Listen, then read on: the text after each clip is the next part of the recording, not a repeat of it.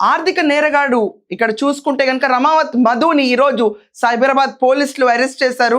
నిన్నే మనకు వచ్చిన న్యూస్ ఏంటంటే సిఐడికి అందజేశారు ఈ కేసుని. దీంట్లో చాలా మంది పెద్ద పెద్ద వాళ్ళ పేర్లు ఇన్వాల్వ్ అయి ఉన్నాయని కూడా బయట టాక్ ఉంది. అండ్ మంగ్లీ అయితే నాకే సంబంధం లేదండి, కానీ main victim, main culprit Ramavath మధుని సైబరాబాద్ పోలీసులు చాలా స్కెచ్ చేసి ప్రాపర్గా పట్టుకున్నారు.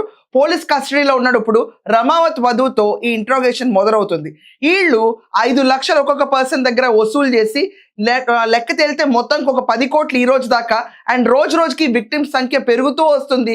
ప్రతి ఒక్కళ్ళు మేము బాధితులమే, మంగ్లీ ఫేస్ వాల్యూని చూసి మేము ఇన్వెస్ట్ చేసాము అని చెప్తున్నారు.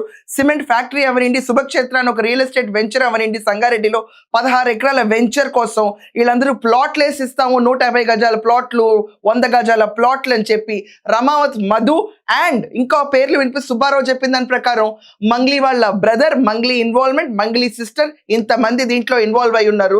ఆఖరికి సుబ్బారావు ఇక్కడ ఫిర్యాదుదారులు అందరి తరఫున పోరాటం చేస్తూనే ఉన్నాడు.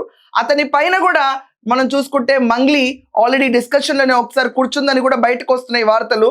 మంగ్లీ ఎందుకు కూర్చుందన్న విషయం పైన క్లారిటీ ఇవ్వలేదు. ఒకవేళ సుబ్బారావే కనుక ఈ ఫిర్యాదుదారులు అందరి పక్కన కూర్చుని ఈరోజు పోరాటం చేస్తున్న సుబ్బారావే ఒక రకంగా ఫ్రాడ్ అయితే మంగ్లీ డిస్కషన్ కూర్చోవాల్సిన అవసరం ఏంటి? అండ్ మంగ్లీ విషయం దీంట్లో ఇన్వాల్వ్ అయిన తర్వాత ఇమ్మీడియట్గా సజ్జనార్ గారిని కలిసి తను రిపోర్ట్ ఇచ్చింది. తన పైన ఎక్కడ లేని దుష్ప్రచారం చేస్తున్నారు అందరూ అని. ఈ కేస్ మేజర్గా చూసుకుంటే ఒక మైక్రో ఫైనాన్స్ ఫ్రాడ్. ఈ ఫ్రాడ్ని లీడ్ చేసింది రమావత్ మధు.